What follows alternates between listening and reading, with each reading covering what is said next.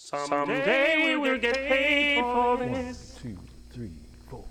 Trippin balls with brother JT. He's the man who will set you free now.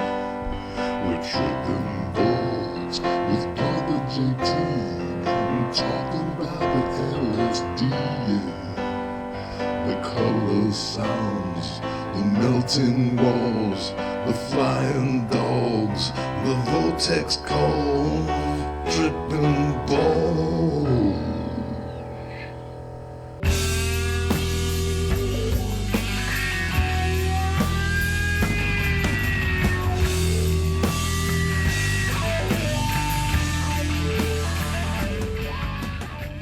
Hello, everybody. Keep it down. That's right. I am Brother JT. This is Trippin Balls. It seems different, I know. We had to retool. The suits up at the network came to me and they said, you know, it's just not getting it. And you got to do a monologue and you got to get a sidekick because, you know, the ratings aren't there. The Cal-Can people aren't happy.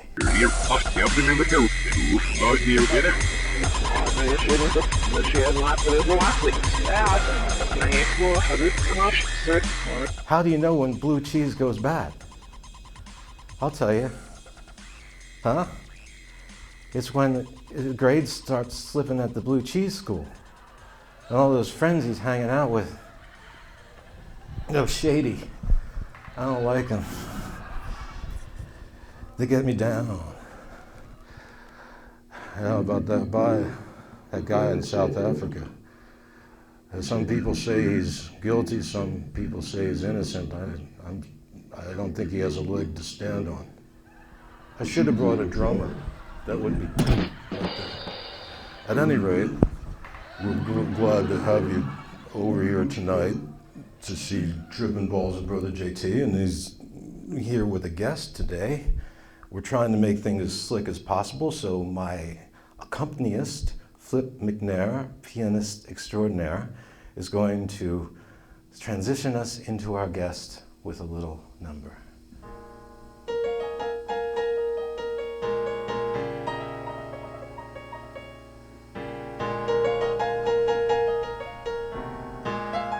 Okay, that's good, that's good. That's now, I thought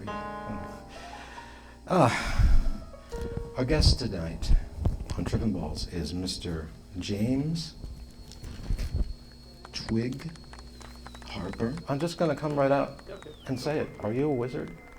Of sorts? Yes, and I mean, similar. I guess I would say we have a similar. Therefore, you have magical powers. I'm not sure if I have the magical powers, but magic. I have seen magic with my eyes. I heard you had that time machine. Yeah. So I started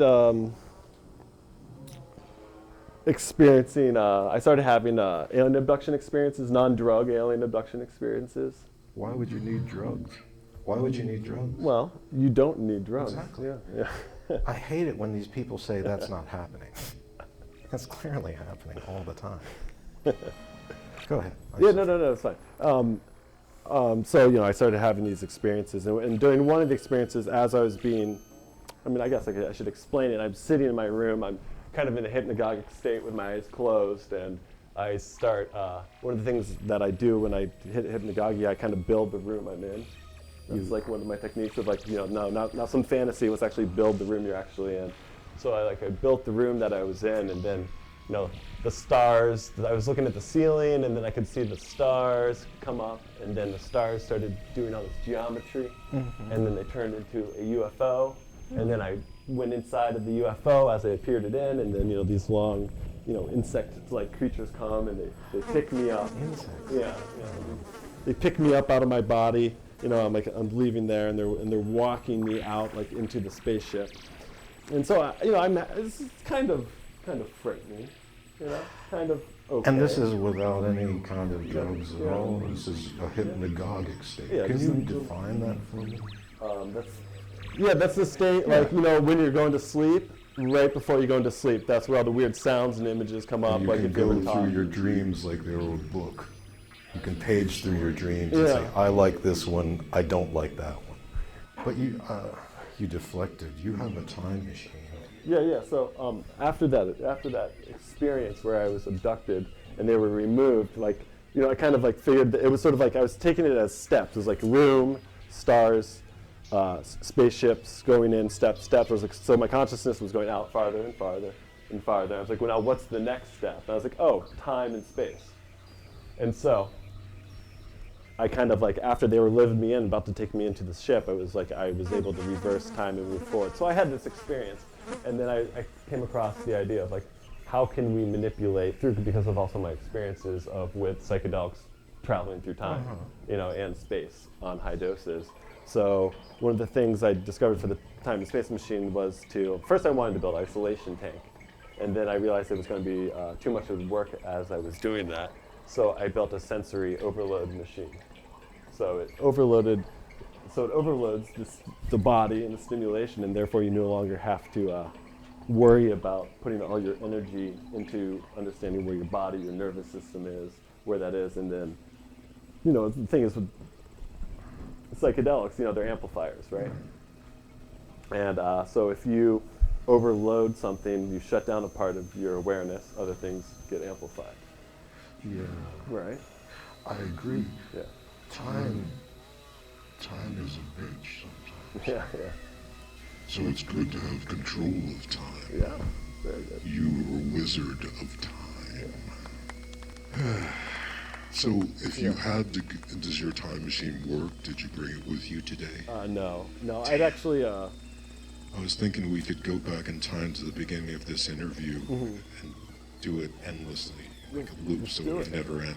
And do it endlessly, like a loop, so it would never end. And do it endlessly, like a loop, so it would never end.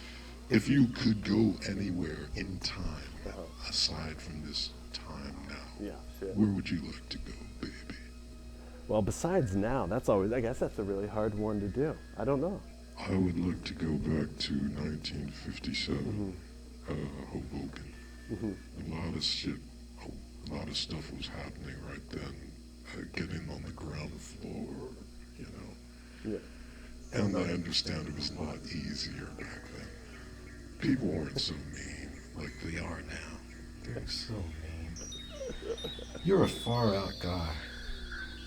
Well, you probably told me your most far out experience. I've had more. Tell me about Salvia divinorum. Yeah. Is that? Yeah. So Salvia divinorum. Yeah. So a good thing is, I mean, I have kind of like a strange history with salvia, and salvia is a very strange substance. And so a while ago, I don't know, just like a year or two, I volunteered to be a human volunteer in a drug study where I would smoke pure Svelteness for like 20 sessions in a laboratory-controlled environment. Would you like a gummy? Yeah, let's get a gummy. So I learned a lot during that experience. You know, if you're hanging out in the same room with very like tight controls. Yeah, it was pure and then it was smoked. Yeah, it was like vaporized. But I was unaware of how strong the dosage was. Yeah. Tell me what happened. Well, I started contacting interdimensional beings. They're here all the time. Yeah, of course they're here all the time. But it was like, you know, once you start hitting the higher doses, you're transported, you're pulled out of your body. I kept like going out and to the right. The unique thing about salvia is like, when you smoke it, you kind of go to the exact same space and like exact same area. And it's over very quickly, under like 5 minutes. So, as I'm going through this process, smoking it, getting higher and higher doses, sort of like going to the same space. It's like you run into a room, and you're only allowed to see it for a second, and the door closes, and you're thrown back in your body. You know, so as you go into it closer and closer, you're able to see it. Did any of these beings, were they dressed as pilgrims? They actually. Did they look sad? I sometimes think they're just spirits that have gone on and are surrounding us with their gloom.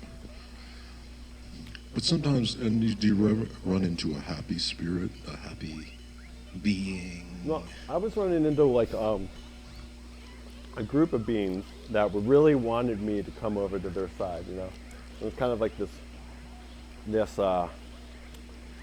know, the feeling I was getting because there's such a rapid onset. It's sort of like it's the most important thing you have ever done or will be doing. A big rush. Huge rush, mixed with consciousness exploding out of your body. Tangerines. Yeah, yeah. So, and Salvia's there's like very little thought involved in it. Sort of like shuts down the old monkey brain of ourselves. So a lot of the communication is, you know, like psychic, you know, emotional feeling.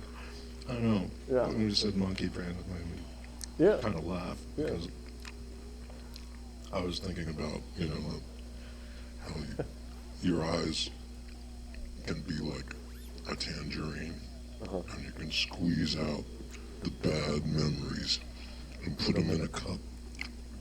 And you said, look at what happened to me.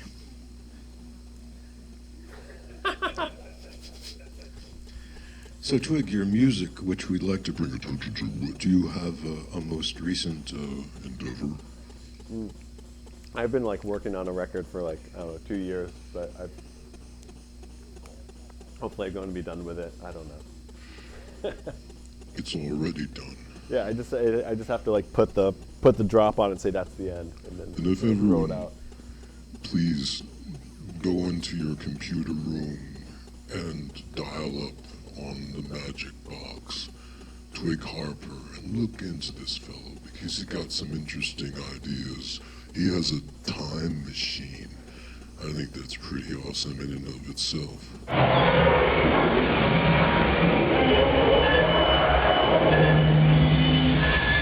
Aside from the fact he's a lovely human being and was gracious enough to come to us here at Trippin Balls, I feel like love and understanding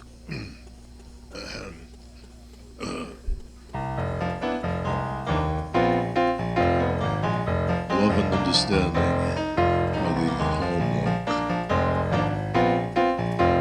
that we must aspire to. Love and understanding everything we do. Love and understanding, it's me, it's you. In this generation, in this loving time, in this generation, we will make the world shine.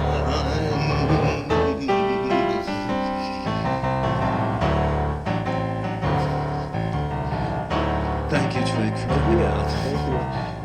Thank you. And kids, stay in school and keep smelling that rainbow.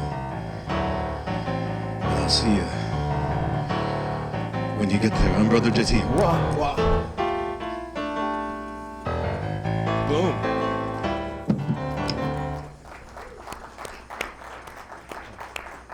Thank you so much.